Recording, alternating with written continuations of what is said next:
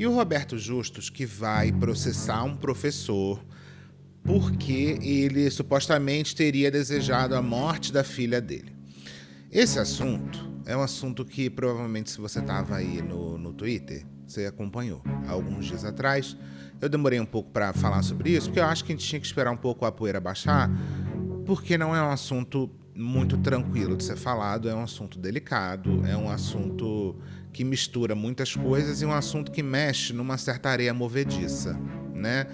Um assunto que qualquer coisa fora da linha, né, pode ser tirada de contexto e pode parecer outra coisa. E eu acho que aqui é uma oportunidade da gente exercitar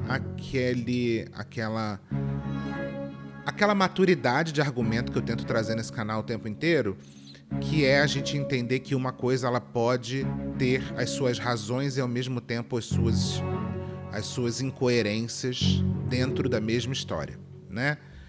De uma coisa em algum nível tá certo, outro nível tá errada, né? E do que é o abstrato, do que não é, mas vocês vão entender. Se você não sabe dessa história, você vai acompanhar junto comigo e a gente vai ver aqui o que aconteceu.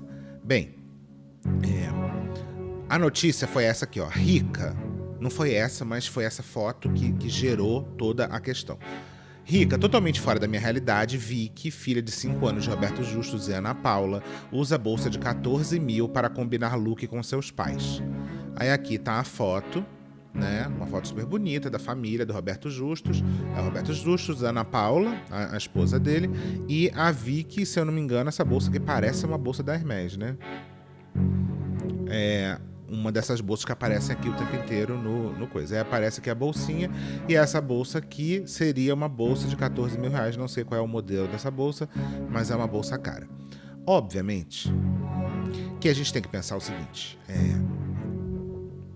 isso aqui não é só uma foto, né? Obviamente que é uma foto.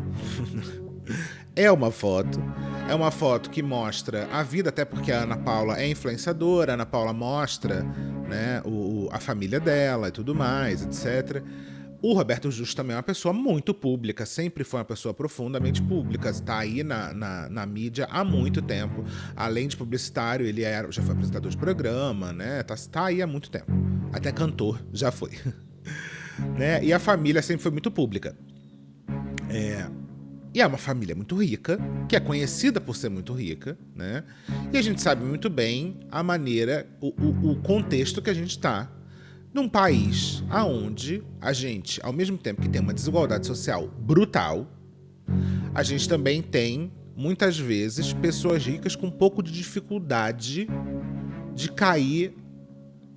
Eu não diria nem cair na real, mas de ter um pouquinho do contexto, de entender que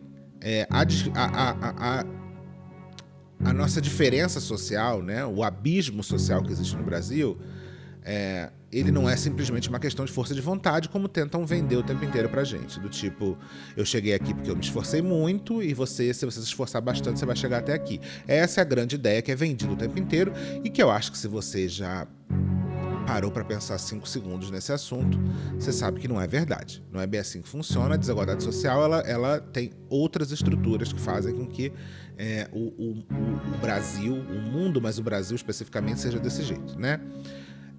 O Roberto Justus sempre foi muito partidário, né, desse discurso do empresário que faz muito bem, né, que o mundo funciona porque o empresário dá emprego, e porque se eu cheguei até aqui foi porque eu batalhei muito. E é óbvio que aquela história, né, a gente não pode ser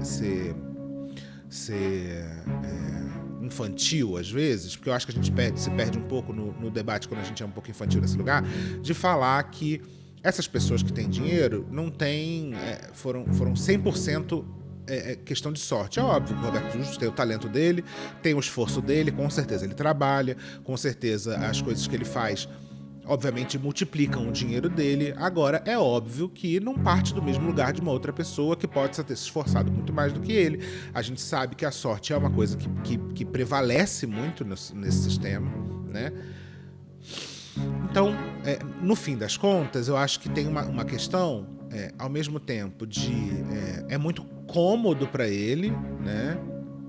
ficar nesse universo de dizer, e a gente vai ver um pouco mais pra frente ele falando isso que eu tô falando, ao mesmo tempo que uma pessoa que tá aí na base da pirâmide, olhar uma foto dessa, ela não é uma foto especificamente de família, né? Ela é um símbolo, né? As fotos, imagens de pessoas públicas não são simplesmente o que elas são, mas são o que representam muitas vezes. Então isso aqui, né, uma criança ter uma bolsa que é basicamente o salário de algumas pessoas que conseguem... Tem gente que ganha isso no ano para sobreviver e ela tá levando isso numa bolsa, tem uma carga simbólica muito forte, né? E aí, isso obviamente que causa uma certa revolta e causa uma comoção, né? No contexto social que a gente está, no contexto político que a gente está, é um simbolismo muito forte, né? E aí, obviamente, que isso moveu a opinião. E aí, vou ler alguns comentários, tá? Do Presley. Justus tem uma fortuna de R$1 bilhão, tá? A bolsa da pequena Vicky, de 14 mil, equivale a 0,0014% dela. Taxar grandes fortunas de bilionário é troco de pinga para essa galera que, mesmo taxadas, ainda comprarão bolsas caras e muito mais. A gente está também no meio de uma grande discussão sobre essa questão de imposto de renda, de taxação de grandes fortunas. Muita gente no Brasil que se acredita rica, né? Que acredita que taxar grandes fortunas quer dizer taxar aquele cara que tem um Jeep Renegade, né? Que parcelou o Jeep em 60 vezes. Ele acha que taxar grandes fortunas é tentar tirar o dinheiro dele, e é muito ruim, porque tudo é uma grande narrativa, né, gente? A gente tem que tomar muito cuidado, porque no final das contas, isso tudo é a forma como se modela o que está se falando para mover as pessoas de uma determinada forma, né? Então, aqui no caso, quando a gente fala sobre taxar grandes fortunas, é uma coisa que é muito comum no mundo inteiro, inclusive. Não só o Brasil é um dos lugares que não faz isso, e outros lugares que são muito aplaudidos por pessoas muito ricas, isso acontece, né? Mas a gente está falando de taxar pessoas que, assim, ganham a partir da multiplicação do dinheiro delas. E não simplesmente do dinheiro que vai faltar no final do mês para elas. Não, a gente está falando de pessoas que tem dinheiro que rende e que esse dinheiro só aumenta eternamente. E aí tem, obviamente, esse enquadramento de que essa pessoa, né, ela para tentar fazer...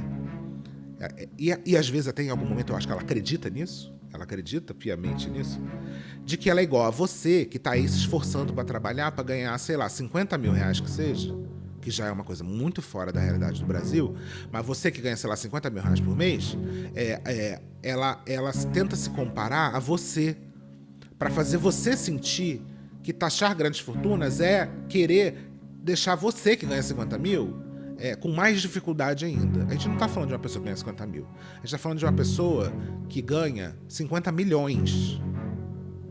Assim, né? Que uma bolsa de 14 mil, para ela, é a mesma coisa que você gastar 140 reais numa bolsa, né? Até menos, eu acho. Então, eu acho que a gente acaba tendo essa dificuldade dessa certa disparidade, né? E aí, muitas vezes, quando essas pessoas colocam muito, do tipo, eu sou igual a você, eu trabalho, eu ganho dinheiro a partir do meu trabalho. Sim, com certeza eu ganho dinheiro a partir do trabalho, mas chega uma hora onde o dinheiro ele se multiplica eternamente e aí não é mais o trabalho. Aí já é especulação, aí já é bolsa de valores, aí isso aí não é dinheiro diretamente de trabalho, né? Mas é assim como funcionam as coisas. Então é isso aqui que o Presley tá falando. O Jefinho Menes, dar 25% do meu salário para o governo porque o Justus não pode pagar 25% de imposto sobre o que ele ganha, senão a filha dele fica sem bolsinha de 14 mil, né? Então é isso. Essa foto é muito simbólica no momento que se discute exatamente essa questão de se taxar grandes fortunas, e aí vem uma pessoa muito rica. E o simbolismo, e eu tenho certeza absoluta, de novo, importante dizer, vou até tirar a música aqui, importante dizer que eu tenho certeza absoluta que quando o Roberto Justus ou a Ana Paula vão para a internet com uma foto dessa, eles querem mostrar que a família é fofa, que todo mundo saiu combinando, que a bolsa da mãe combina com a bolsa da filha, tá? A bolsa não sei o quê. Então, na cabeça deles, é uma foto bonitinha de família. É óbvio que em momento nenhum eles estão aqui tirando essa foto falando eu vou sacanear o povo brasileiro. É óbvio que não. É óbvio que eles não estão postando essa foto, tipo assim, olha como eu vou mostrar que vocês são uns fudidos e eu tenho uma bolsa de 14 mil. Não. Entendeu? Não é isso. Mas o simbolismo da foto é muito forte, né? E aí o cara botando, esse cara pega menos imposto que você, então é isso que a gente tá aí no meio desse debate. Então essa foto foi pega como uma coisa muito simbólica. Aí aconteceu uma coisa muito complicada, que é o seguinte. Mistura algumas coisas que eu acho muito delicadas, que é que facilmente na internet a gente desumaniza as histórias, a gente pega um pouco da revolta que é entendível, a gente pega um pouco desse universo simbólico e esquece que aquilo ali tem uma outra coisa por trás, e também, do outro lado, tem toda uma construção de uma narrativa específica para se mover a opinião pública, tá? Então aconteceu o seguinte. Discurso de ódio no mais alto nível. Um psicólogo sugere em post que a família do Roberto Justus seja assassinada. Em seguida, um professor da UFRJ recomenda a guilhotina a uma psicanalista e uma psicanalista afirma que tem que matá-los, tá? E aqui tá os comentários, tá? Os bolcheviques estavam certos e aí ele aqui, o Marcos Dantas, comenta só guilhotina, tá? E aí uma outra pessoa aqui, tá aqui o Marcos Dantas, e aqui a outra pessoa, a Aline Alves, fala, tem que matar mesmo. E aí aqui eu acho que tem várias coisas muito complicadas. Antes de tudo, é muita inocência alguém achar que vai falar sobre matar uma criança e achar que isso vai ficar só no universo do simbólico. O Twitter muitas vezes esquece que a gente está lidando com gente, tá? Nem tudo é 100% simbólico. E isso tudo a gente também tem que ser inteligente de entender que, ok, dá para entender o que está se falando, que é uma revolta de uma questão simbólica, de uma família bilionária, tá esfregando na cara do brasileiro que eles têm uma bolsa de 14 mil e eles não pagam tanto imposto como paga uma pessoa mais pobre e tudo mais. Só que isso tudo é colocado num bolo e aí uma pessoa, um professor, né, da UFRJ, vai lá e fala tem que guilhotina mesmo e obviamente fazendo uma alusão a um período histórico aonde na Revolução Francesa as pessoas da monarquia, né, foi no momento onde a monarquia ali, por favor, historiadores, me corrijam se eu estiver errado, a monarquia foi toda decapitada no momento onde a Revolução tomou a França, né? Então, essa imagem da guilhotina, ela volta o tempo inteiro quando vai falar dessas pessoas que supostamente estariam ganhando dinheiro em cima da desgraça do povo, né? Então, é óbvio que tem uma questão metafórica, é óbvio que tem uma questão simbólica, só que o problema é que, às vezes, a questão simbólica, quando tem nome e sobrenome, a questão simbólica, quando envolve uma criança, ela perde muito a parte simbólica e vai para uma parte um pouco mais, né? Um pouco bem menos simbólica. Então, é óbvio que é muito difícil ler essa história sem achar que é um incentivo de assassinato de uma criança. Muito difícil, né? Muito difícil. E aí, ao mesmo tempo, que é óbvio que essas pessoas não foram as únicas a terem falado isso. Essas pessoas não foram escolhidas à toa para serem os bodes expiatórios, né? É óbvio que é muito mais forte para você... É muito mais forte você pegar uma pessoa, professora da UFRJ, e dizer que essa pessoa está incitando ódio. É muito melhor do que pegar um menino aleatório com uma foto do Naruto, né? Então é óbvio que também esse cara ele foi escolhido entre todas as pessoas que falaram um monte de merda, para ser direcionado, né? Porque isso cria uma narrativa e a gente sabe que na internet é a narrativa que importa. Então foi construída uma narrativa de que, olha só, um cara... E aí depois descobriram que o cara trabalhou no não sei o que do Lula, que não sei o que... Aí pronto. Aí óbvio que foi totalmente criada uma história ali para esse negócio, né? Mas, ao mesmo tempo, é muito inocente. E eu acho que a gente também tem que ter um pouco mais de responsabilidade de não achar que a internet é terra de ninguém, né? Até porque a gente está, nesse momento, falando sobre Léo Lins, e ao mesmo tempo que a gente também tem que ter um pouco dessa consciência, é muito irônico as pessoas se incomodarem. Óbvio, isso aqui não é um palco, isso aqui não é um stand-up comedy, mas tem esse universo também do simbólico, do metafórico. E aí eu não tô...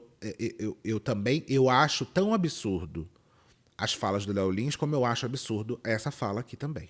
Eu também reprovo veementemente essa fala e acho ela muito equivocada. Ainda mais envolvendo quem está envolvendo, né? Mas é muito irônico pessoas que se chocam com isso aqui acharem que o Léo Lins tem direito de subir no palco e falar o que ele fala, né? É a mesma coisa? Não é a mesma coisa. Mas a gente consegue traçar um paralelo e ver que tem uma questão aí. Como vocês podem perceber aqui, a liberdade de expressão ela não é restrita. Você não pode sair na internet falando qualquer coisa. Você não pode sair no mundo falando qualquer coisa. Nem no Twitter, nem em palco nenhum. Né? Então, eu acho que isso aqui fica bem claro. Né? E aí o Roberto Justo fez um vídeo. E aí o vídeo, em partes, ele mostra e ele vai construir essa narrativa do professor que pediu a morte da minha filha, o que é muito absurdo e o que é muito inocente da parte do professor achar que ele pode falar um negócio desse. Né? É burrice o cara se expor desse jeito, falar um negócio desse e achar que é só uma questão metafórica e depois o professor vai falar e a gente vai ler também a carta. Mas vamos ver o vídeo deles. Porque aí também, aí o Roberto Justus entra nessa outra coisa de justificar de que não inveja trabalho, de que eu cheguei aqui através do meu trabalho e que aí a gente precisa ter um pouco mais de nuance para ler essa história, porque não é tão simples assim, né? Mas vamos lá. Essa aqui é o vídeo. Olá, pessoal. O que vocês vão ver agora é muito raro porque nós nunca respondemos a críticas, a opinião das pessoas, a gente respeita demais a opinião das pessoas. Também a gente não gosta muito de se envolver em polêmica, em estar em notícias ruins, é uma coisa que não faz parte do nosso estilo, da nossa família. Mas tem coisas que elas vão além do aceitável, né? E o que aconteceu ontem, um professor de uma universidade federal... Algumas pessoas, entre eles um professor... mas começou com um professor e depois comentários de uma psicóloga e outras pessoas condenando uma foto que nós publicamos da nossa família. A Paula é uma influenciadora, uma das mais importantes do país hoje. Ela tem como profissão publicar não só os trabalhos dela, mas a vida dela, o lifestyle. Isso faz parte, né, do trabalho dela. E eu estou na vida dela, eu também estou nessas publicações, e a nossa filhinha Vicky e a nossa família muitas vezes aparece. E dessa vez ela apareceu com uma bolsinha, né? Que inclusive nós nem compramos, né, Paula? Foi um presente, mas enfim, mas ainda que nós tivéssemos né? comprado, não cabe alguém julgar. E aí o julgamento extrapolou o bom senso, gente. É uma coisa assim tão maluca, tão louca. Falaram que tinham que matar a nossa filha com guilhotina, assassinar a nossa família. Falaram, como todos viram e mandaram muitos prints pra gente que só... E é óbvio, vamos lá, de novo. Vamos ser maduros aqui, adultos, e vamos entender. É óbvio que o que estava se falando era... Da mesma forma como eu tenho certeza absoluta que a família, que a Ana Paula, que o Roberto Justo, quando postaram aquela foto, não quiseram trazer essa carga simbólica de somos ricos e estamos cagando na cabeça de vocês... Estavam simplesmente postando uma foto da família, né? Com certeza não tinham esse objetivo. A pessoa, quando comenta a questão da guilhotina, é óbvio que ela está falando de um ponto de vista simbólico, metafórico, né? Só que a guilhotina não foi metafórica quando ela aconteceu. Em algum nível, ela é metafórica, a revolta ela é justificada. Você vê um negócio desse se revoltar e se emputecer e falar, caralho, isso aqui dentro de um contexto social é muito complicado. Dá para entender. E aí é muito complicado quando eles aqui também, é óbvio que não é interessante para eles encaixar essa narrativa dentro dessa história, né? Dentro desse contexto maior, que obviamente originou o comentário do professor. Não interessa a eles. Mas é óbvio que a gente está falando de um comentário que não está literalmente falando matem essa criança. Mas em algum nível está. E é por isso que eu acho que é tão execrável e muito inocente da parte do professor falar uma parada dessa e muito, muito ruim, né? Porque é isso. Dá uma munição para um vídeo desse. Para falar um negócio desse. E eu acho que às vezes a gente tem que ser um pouco mais estratégico se a gente realmente quer se a gente quer criticar um negócio desse, que a gente critique de uma forma que não dê uma munição para o negócio se virar de um jeito que acabou, não tem mais debate sobre esse assunto, né? A partir do momento que você está pedindo a cabeça de uma criança, não tem mais como debater o assunto, né? Só a guilhotina resolve. A pessoa escreveu isso, depois de algumas horas, obviamente, começou a ser denunciado e apagou, mas nós temos o print. Gente, o que é isso que está acontecendo no Brasil? Instigar a morte, instigar o ódio é uma coisa que é inaceitável. Tem coisas que é por isso que a gente está se falando, porque assim, é inaceitável. E se a gente começa a dar, né, assinar embaixo de que a internet é a terra de ninguém, que todo mundo pode falar o que quiser, escrever o que quiser, não é assim que funciona, né? Quando é que... Definitivamente, não é assim que funciona. Não pode. Não pode. Não pode. Entendeu? A gente não pode, e de verdade, assim, e eu vejo isso no Twitter o tempo inteiro. As pessoas não têm qualquer limite do que falam lá, e são coisas completamente absurdas. E, infelizmente, a plataforma do Twitter acha isso aceitável. Inclusive, a gente está agora com uma carta do Brasil recebendo uma taxação por suposta censura a redes sociais. Quando, na verdade, né? A gente simplesmente está falando, não dá para ser um lugar sem lei. E isso defende o Roberto Justus e defende uma pessoa que tem, sei lá, sua vida exposta. Uma pessoa que passa por um linchamento. Só que é óbvio que a gente sabe que a pessoa que tem mais dinheiro, a justiça funciona mais rápido. E às vezes a justiça só funciona para uma pessoa que tem mais dinheiro, né? Então, de novo, contextos e mais contextos. Agora, concordo completamente com a Ana Paula de que não dá para a gente achar que liberdade de expressão é uma coisa restrita. Só que essa regra ela tem que funcionar para todo mundo também. A crítica é boba. Ah, hoje vocês não estão bonitos, ou eu não gosto da roupa. Não, gente, tá natural, tudo bem, normal. cada um tem sua opinião. Agora, você instigar a morte, a violência, o ódio... Não, e por um motivo tão fútil, tão bobo. O que é no Brasil hoje você ter sucesso, você ter conquistar alguma coisa? Eu trabalho há quase 5 décadas. Eu dei milhares de Aqui começa esse discurso. empregos na minha vida. O maior projeto social desse país é o emprego. Quem dá emprego é o empresário, que está virando vilão nesse país. É isso. Isso aqui aí já começa o surto. O maior projeto social é o emprego. Fazer sucesso no Brasil, ganhar dinheiro, trabalhar honestamente, pagar impostos, como a Ana Paula, que trabalha quase uma década já e paga impostos e também dá emprego para tudo 100% pessoas. correto. Então, assim, eu não dou bola. E aqui a gente entra num discurso, obviamente, fácil de ser feito. Pô, legal, parabéns que você paga imposto. Não faz mais do que sua obrigação. Outra, emprego não é projeto social, né? Tenho certeza que nenhuma empresa dele funciona sem emprego, sem gente trabalhando, né? Então, os funcionários são uma necessidade. Ele não está fazendo isso por benesse. Ele está fazendo isso porque é necessário. Porque ele sozinho não conseguiria. Ele só chegou no lugar onde ele chegou porque tem pessoas trabalhando para ele. Então, emprego não é ONG. Né? É uma coisa básica de se entender que se ele tem dinheiro, é porque tem pessoas trabalhando e ele está lucrando em cima disso. A gente pode debater se está certo, se está errado, se esse é o melhor modelo, se não é.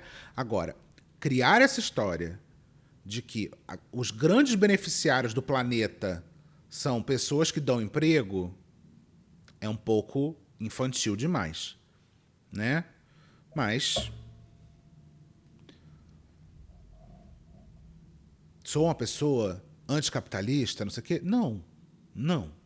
Eu acho que a gente ainda não tem outro modelo, e já falei isso aqui outras vezes, eu não acho que a gente descobriu já entendeu outros modelos melhores do que o capitalismo para fazer as coisas funcionarem, tá? Eu não sou contra o mercado, não sou contra empresário, não sou contra nada disso.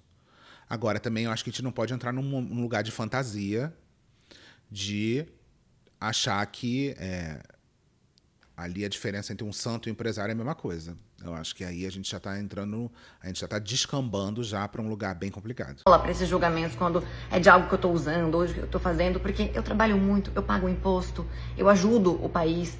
Então, por que me importar? Eu não me importo, eu faço tudo certo. É isso, ela não ajuda o país, ela faz a obrigação dela, que é pagar imposto, né?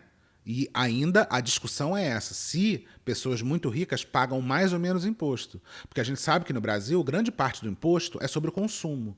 Então, quando o Roberto Justus, a Ana Paula ou o fulaninho que ganha um salário mínimo vai pagar 1 quilo de arroz, o imposto sobre o consumo do quilo de arroz é o mesmo. Né? Porque está embutido no preço. Então, o imposto em cima do consumo é o mesmo imposto. Então, mesmo que o imposto em cima da renda seja proporcional, e proporcionalmente ele ainda não é justo, o imposto sobre o consumo é igual para todo mundo.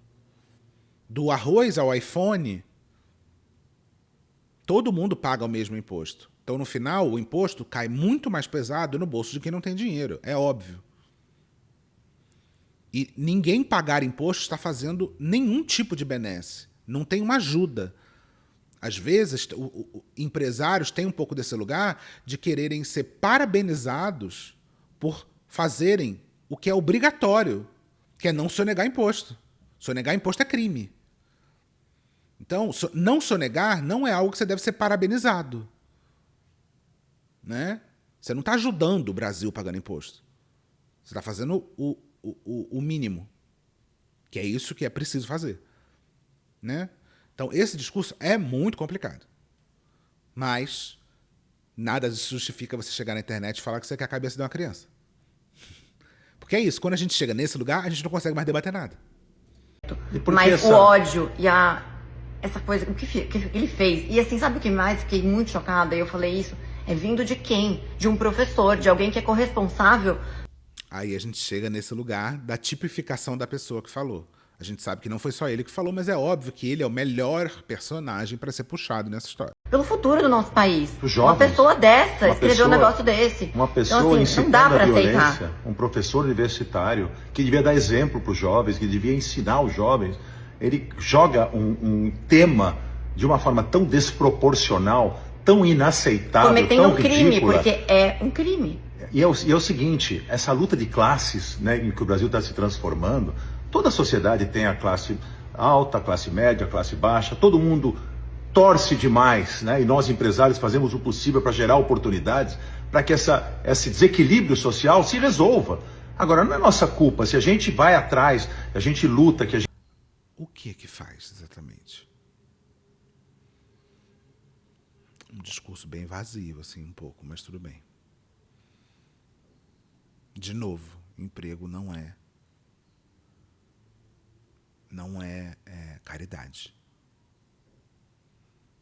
Contratar um funcionário, você não está fazendo caridade para ninguém. Você está contratando, você está pagando pela mão de obra da pessoa. A gente consegue as coisas, não tem que Honestamente, gerar esse tipo de reação tão desproporcional, tão descabida. E olha, pode ter certeza, a gente nunca ligou para críticas, até porque elas são muito poucas, graças a Deus, que a gente faz tem as um coisas carinho direito. muito grande. É por Carinho isso que do a gente público é tanto enorme. compartilha a nossa vida. Mas dessa vez nós vamos atrás dos nossos direitos, até para dar um exemplo. Então eu já acionei todo o corpo jurídico, não vou aceitar ameaça à minha família, como pai de família, Maula como mãe de família, não vamos aceitar uma ameaça que a gente sabe que é ridícula, que não tem o menor cabimento, mas que... E aí você vai dizer que eles estão errados? Não vai. Não vai. E é foda, porque vai acabar com a vida desse cara? Vai. Provavelmente. Porque o objetivo aqui não é, ainda mais como o Roberto Justo falou, o objetivo aqui não é nem buscar a justiça, é criar é fazer dele um exemplo. Eles vão até o final para destruir esse cara. E aí alguém vai falar que tá errado?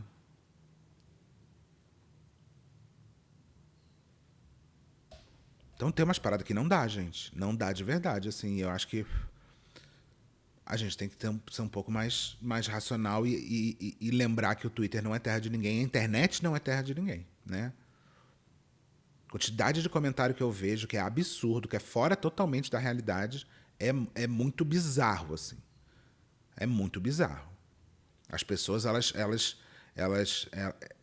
ganham uma coragem de falar merda na internet surreal, assim. Gerou uma onda de repercussão negativa para essas pessoas, para a pessoa que postou, para a pessoa que comentou, para essa psicóloga que também comentou. Eu tenho muita pena dessa gente, de ter um amargor deste tamanho no coração, de ter uma maldade tão grande, de ser tão infeliz a ponto de querer o mal das outras pessoas por um motivo fútil e ridículo como esse. Nós vamos tomar as providências e gostaríamos, e viemos aqui hoje, porque todo mundo está nos procurando e a gente fez questão de esclarecer para todos vocês e o que está acontecendo. E recebemos do Brasil inteiro prints e muita tudo que vocês imaginam, muita solidariedade. No início a gente pensou em, será que a gente se expõe? Mas tomou uma proporção tão grande que eu acho que é necessário por muitas vezes. E é isso. Vamos usar as pessoas do bem e as pessoas que realizam como referência. Eu sempre usei isso na minha vida, né, como inspiração. Vamos tentar tirar as pessoas que têm problemas, necessidades da situação em que estão, mas não é querendo que o outro não tenha que você vai ter. Você tem todo o direito de querer ter, mas não queira que o outro não tenha, principalmente quando ele ganhou isso honestamente, com o esforço do seu trabalho, da sua vida inteira dedicada a fazer alguma coisa bacana acontecer. Obrigado a todos por nos ouvirem. Muito obrigado, gente. Aquela historinha, né? É isso. Tem coisas aqui muito equivocadas, ao mesmo tempo que não tem como falar, só que é essa história, né? E aqui eu vou aproveitar, sim, para falar de outra coisa que está dentro do mesmo universo, óbvio, em diâmetros completamente diferentes, que é a forma criminosa que a internet está tratando a Erika Hilton. Eu tenho minhas discordâncias com a Erika Hilton. Eu não concordo 100% com alguns posicionamentos. Eu não concordo 100% com algumas coisas, com algumas maneiras. Eu não concordo. Eu acho também que, às vezes, tem algumas formas de se expressar que eu também não acho as mais acertadas possíveis. Só que isso é política. Política é a gente tentar chegar num acordo, tentar chegar no meio do caminho, tentar, através das diferenças, a gente conseguir construir alguma coisa. Agora, o que está se fazendo é criminoso, assim. Anteontem, eu vi... Gente, é tão surreal, é tão baixo, é tão nojento, assim. Primeiro que a segurança dela está em risco depois de tudo que aconteceu, né? O que é nojento por si só.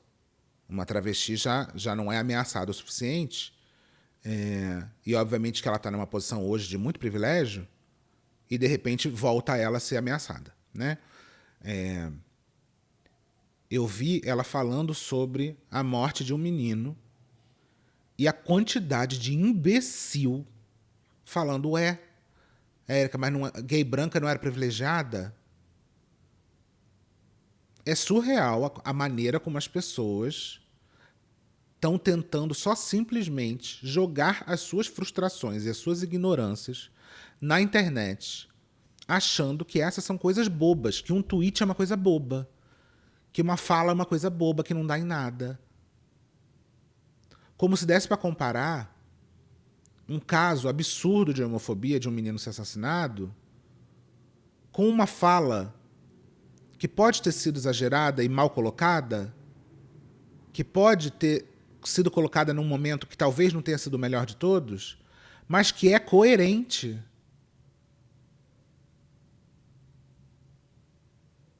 Então, assim, me choca muito, muito, e é um pouco absurdo. E as pessoas levam muito na brincadeira algumas coisas, tá?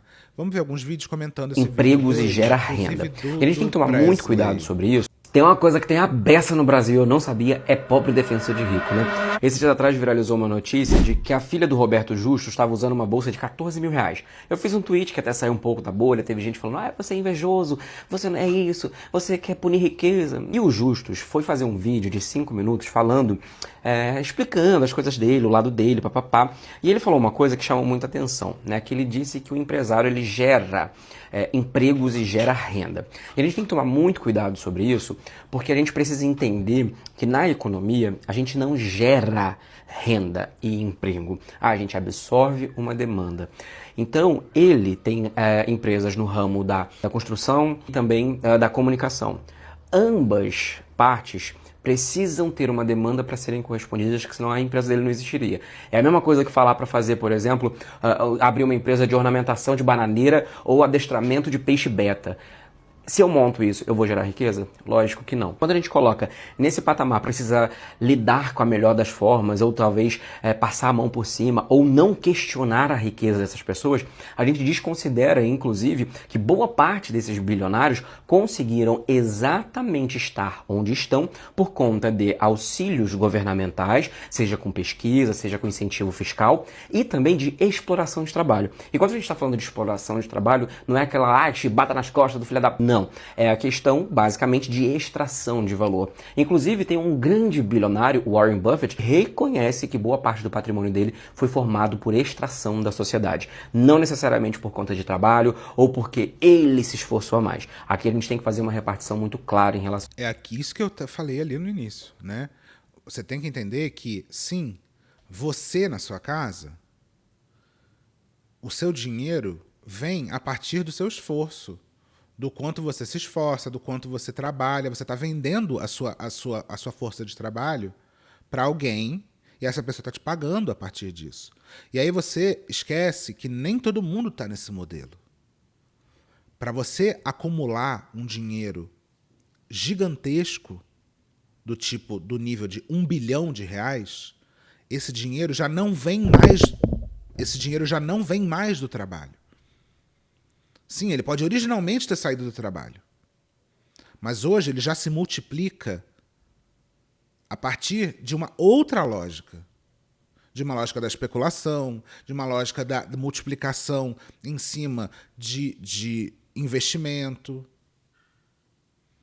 que não é válida? É válida, mas ela é um lugar que está reservado para pessoas que já têm uma condição muito além. A questão é, quanto mais você tem, mais você tem. E quanto menos você tem, mais difícil de chegar lá, né? E não só isso, para que pessoas tenham bilhões de reais, tem que ter muitas pessoas sem nada. Porque o dinheiro na economia não sai do nada, né? O valor da economia não sai do nada. Para que uma pessoa tenha bilhões de reais, ela tem que ter várias pessoas, inúmeras pessoas, trabalhando, ganhando menos do que elas produzem, né? Porque senão ela não consegue extrair esse dinheiro e depois fazer esse dinheiro multiplicar. Em relação a isso. Então, sim, a gente precisa entender que a demanda gera essa contrapartida. Porque do contrário, por exemplo, não ia adiantar de nada. Porque se existe farmácia, é porque tem alguém doente. Se existe padaria, é porque existe alguém que precisa comprar pão. Se existe um banco, é porque alguém precisa fazer transação financeira e por aí vai. Então os ricos não necessariamente geram riquezas, mas sim se apropriam de demandas e também apropriam-se dos valores extraídos desses portadores dessas demandas. Um beijo pra vocês que são pobres e defensores de rico. Vai lá, se esforça, filha da puta, e vê se você consegue ganhar 1 bilhão também, ficar bilionário, pra porra. Se vocês repararem muito bem, ele estava falando alguma coisa. Sempre bom a gente objetificar o Presley para tentar dar uma subida, né, no ritmo do vídeo. Essa aqui é a Mariane Santana. Eu quase li Mariana Santos. E dessa vez ela apareceu com uma bolsa. Alguém julgar. Aqui é o tão louco do vídeo, né? Assassinar a nossa família. Como o todos negócio da falou, bolsa. pessoas nas redes sociais. Calma aí. e apagou, mas nós temos o print. Gente, o que é isso? Roberto, eu lamento profundamente que a sua filha tenha sido alvo de comentários violentos nas redes sociais, por conta da exposição de uma bolsa que valia dezenas de milhares de reais que ela estava usando. Ela é uma criança de apenas 5 anos, certamente não merece passar por isso e não tem culpa de nada. Qualquer pai ou mãe compreenderia com razão a sua indignação. Mas é justamente por isso que eu preciso te dizer que a sua indignação, embora legítima, também é seletiva. Há poucos anos, em meio à pandemia da Covid-19, foi o senhor quem gravou um áudio minimizando mortes, afirmando que não valia a pena parar a economia do mundo por causa de algumas poucas vidas. E entre essas vidas estavam também a de crianças. Você se recorda do que foi dito? Está preocupado com a vida das pessoas? Fica preocupado não com o vírus entrando na favela, que não vai matar ninguém na favela. Vai matar só velhinho e gente já doente. E os pobres não são todos doentes, não. Então, na favela não vai acontecer se entrar o vírus, muito pelo contrário, né? Essa molecada que está na favela, criança então, de 0 a 10 anos, nenhum caso. E as crianças nem pegam a doença. Então assim, isso não é grave. Grave é o que vai acontecer com o mundo agora, com uma recessão global como nunca vista na história, nem no crash. E aí a gente tem que perceber aqui uma coisa que é muito importante, que é o valor da vida, né? Que no momento que ele fala que o vírus vai entrar e não vai matar ninguém, só vai matar velhinho doente, a vida do velhinho doente não vale tanto. E aí a gente sabe que a vida de uma pessoa rica vale mais do que a vida de uma pessoa pobre. E essa lógica eu não preciso nem contar para vocês, né? A vida de um menino preto na favela vale bem pouco. De 29 e nem nada. Embora o senhor tenha considerado o vírus irrelevante, o Brasil chegou à trágica marca de 700 mil mortes por Covid. Foram muitas as crianças enterradas sem tanta comoção. E eu pergunto onde é que estava a indignação nesse momento. Onde está a nossa indignação diante da violência na periferia que mata crianças por balas perdidas? Diante das milhares de crianças que crescem sem saneamento básico, sem acesso à educação de qualidade, à saúde, ao lazer, em um país que... Ah, mas aí o Roberto Justus não tem obrigação disso. Concordo, em algum nível.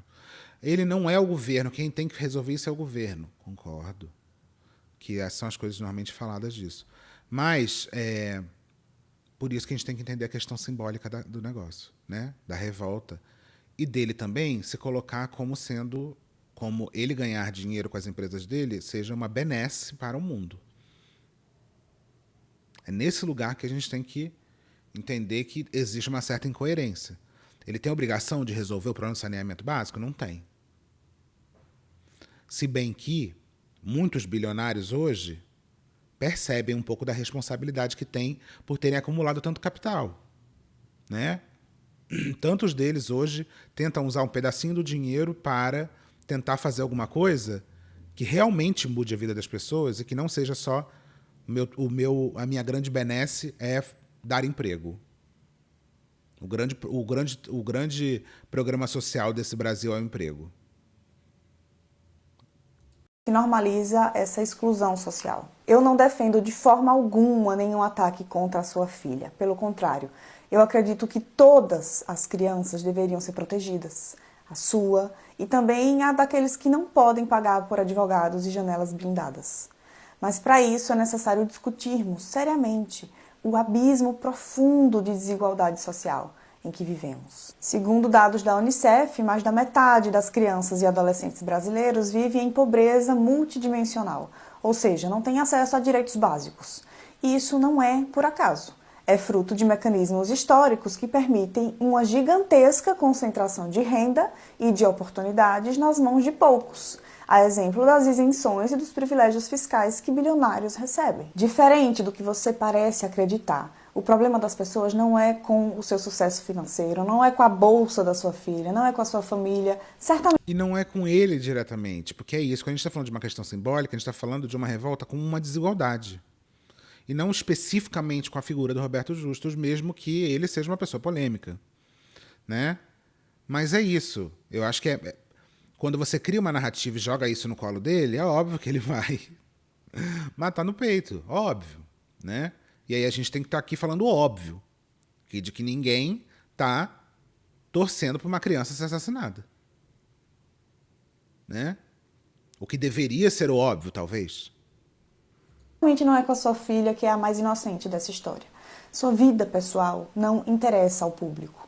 O que gera revolta é o contraste social brutal entre a ostentação de uns e a precariedade de tantos outros. Esse se trata de um dado amplamente estudado. Quanto maior a desigualdade social, mais violenta tende a ser uma sociedade. Foi exatamente num contexto de ampla desigualdade que emergiu a Revolução Francesa. Eu não conheço, não sei quais foram as intenções da pessoa que fez o comentário sobre a guilhotina, mas uma possível interpretação é que ela estava fazendo uma analogia a esse processo.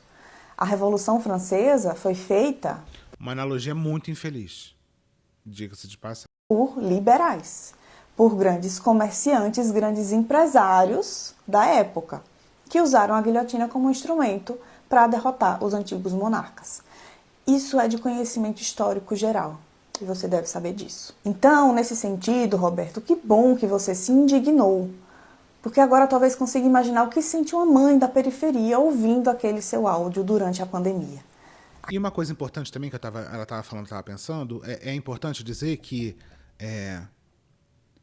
é óbvio que esse cara estava fazendo uma alusão a esse processo específico, porque ele não falou, a gente tem que metralhar essa menina. A gente tem que fazer sei lá o que com essa menina. Ele falou especificamente guilhotina. Né? Então, obviamente, que tem uma alusão direta a esse processo histórico. Né? De novo, profundamente infeliz. Né? Aquilo também foi violento. Nenhum de nós deveria proferir palavras contra a vida, não é mesmo?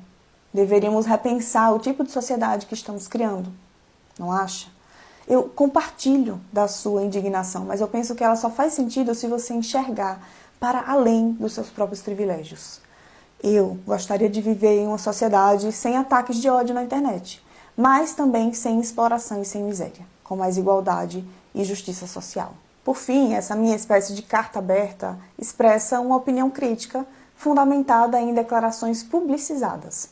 Não é uma ofensa pessoal, eu nem quero incitar ataques a nenhum indivíduo envolvido. É um convite à reflexão sobre as múltiplas camadas que esse episódio revela e que precisam, com honestidade, integrar o debate que se estabeleceu em torno desse caso. Tudo, Mariane, é exatamente isso. Eu acho que esse, como vários outros acontecidos, são oportunidades para a gente pensar de uma forma complexa nas coisas, porque é isso, ao mesmo tempo, como eu falei lá no início do vídeo, ao mesmo tempo que a gente pode criticar e condenar a fala, que é absurda, a gente pode fazer análise do contexto de onde ela vem. Né?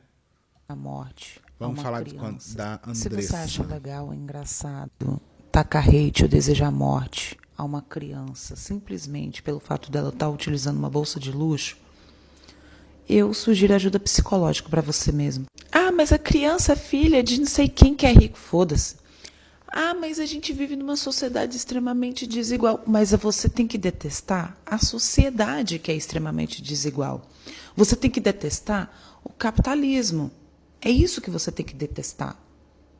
E não simplesmente ver uma foto e uma criança utilizando uma bolsa de luxo e achar que da sua casa, utilizando um dispositivo móvel, você pode, desejar a morte e falar atrocidades, porque não concorda pelo fato de que vivemos numa sociedade extremamente desigual. Eu estou falando da situação que envolve a filha do Roberto Justus, e de uma das maiores e mais importantes influenciadoras do Brasil. Mas o que eu estou querendo dizer é que existe maneiras de vocês tecerem uma crítica coesa, necessária, que vai agregar um pensamento, um debate, uma conscientização para as pessoas, sem que isso se transforme em algo extremamente escabroso. O que me pega nessa situação toda é que quem desferiu tal ataque à criança foi um professor de universidade, cara. Que pela atitude por si só já denota-se, bastante ignorância, falta de noção e até mesmo, falta de humanidade. Como é que você vai atacar uma criança assim gratuitamente só porque ela está utilizando uma bolsa? de luxo. Andressa, você está defendendo, você estava gravando um vídeo para defender uma criança branca privilegiada que vem de uma família rica. Tô, sabe por quê? Porque é criança, independente da classe social. Acho que criança nenhuma merece ser atacada através das redes sociais assim, entendeu? É pelo menos nesse meu perfil aqui, né? Porque aqui eu defendo a criança pobre, a criança com deficiência, a criança LGBT, a criança negra e a criança também privilegiada, porque criança, Estatuto da Criança e do Adolescente prevê que nós, como sociedade, zelamos, né, pela integridade desses menores. E aí, dentro deste cenário, dessa situação, dá sim para trazer uma outra crítica, que é sobre pessoas que nunca abriram a boca para defender criança, adolescente em nenhum tipo de hipótese, mas só porque é uma criança branca, privilegiada, vindo de uma família que tem influência no Brasil, aí vem na internet achando que está fazendo um grande mousse, saindo em defesa desta menina, quando, por exemplo, no caso do João Miguel, lá de Recife, foi negligenciado pela patroa, né, da mãe da vítima, que deixou a criança sozinha dentro de um elevador e ela simplesmente despencou, não há tanta comoção. E aí é dessas coisas que as pessoas podem sim tirar aí uma crítica, uma observação, mostrar como é que as pessoas se comportam quando a gente está falando de crianças brancas privilegiadas, como isso é maior em relação a uma criança preta que morre de bala perdida na favela, entendeu? Mas não dá para aceitar ou achar coerente uma pessoa se sentindo o direito de, através das redes sociais, ser tão cruel com uma criança, independente da classe social que ela, né, possui. E aí, se você quiser me cancelar, se você quiser dizer que eu não estou sendo coerente, eu quero que você vai tomar bem no olho do seu cu. Aqui dentro desse perfil a gente sempre vai buscar, obviamente, priorizar os interesses, né, de minorias, de crianças e adolescentes, como eu sempre fiz, entendeu? E não é porque é a filha do Roberto Justo que eu não iria vir a público dizer para as pessoas que, cara, as pessoas passaram da porra do ponto e acabou. Não tem o que se discutir. Se não está concordando com este conteúdo em si, discorde daí da porra da tua casa. Mas enfim, é isso e forte abraço. Irretocável. Não tenho nada a dizer mais, exatamente isso. Vamos ler, aqui o professor mandou uma carta aberta. Uma metáfora tornou-se ameaça de crime. Era para ser e continua sendo uma simples metáfora. Aliás, volta e meia empregada por alguém no Twitter. Uma referência simbólica a um evento dramático, mesmo trágico, que marcou para sempre a história da humanidade, a Revolução Francesa. Qual a causa dessa revolução? Uma realidade de profunda desigualdade social alimentando o radicalismo político.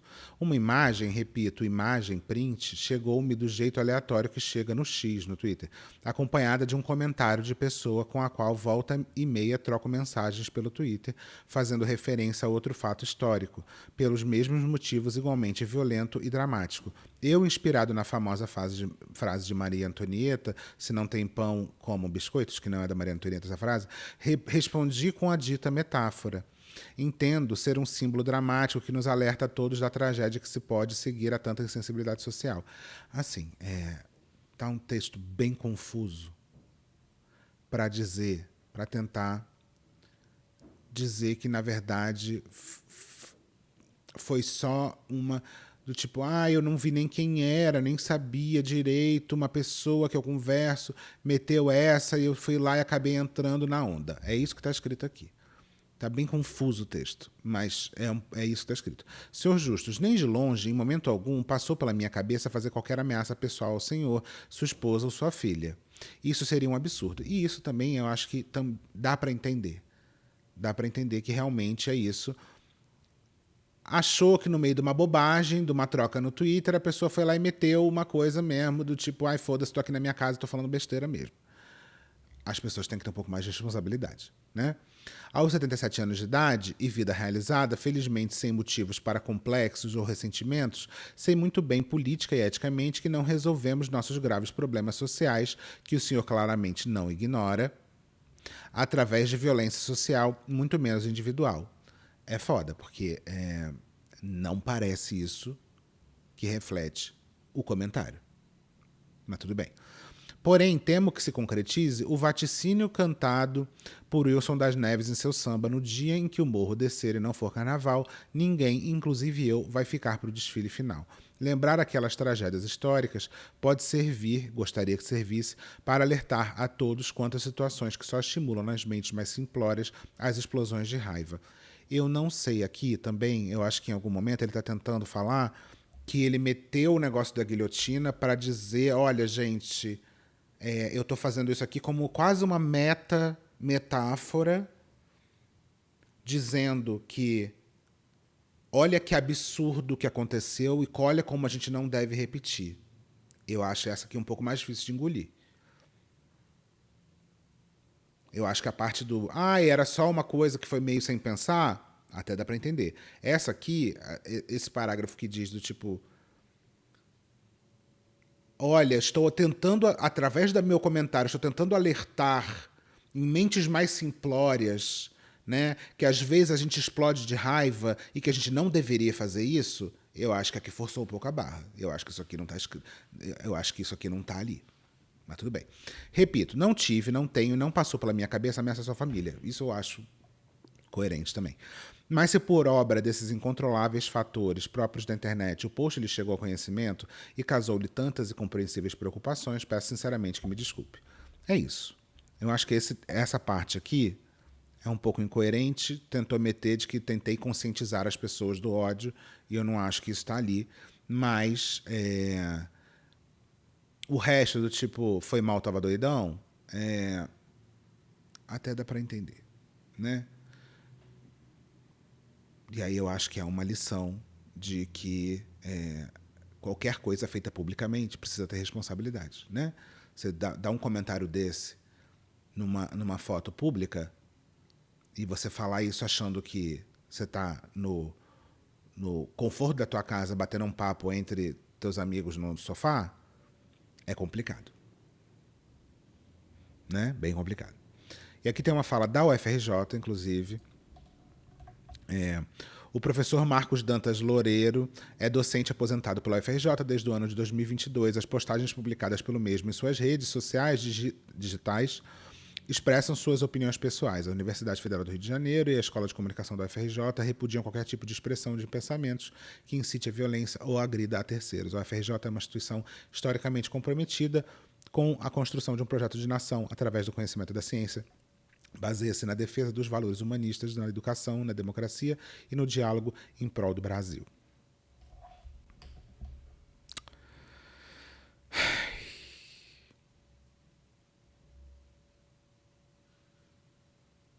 A gente devia ser um pouco mais adulto na hora de usar a internet. É isso.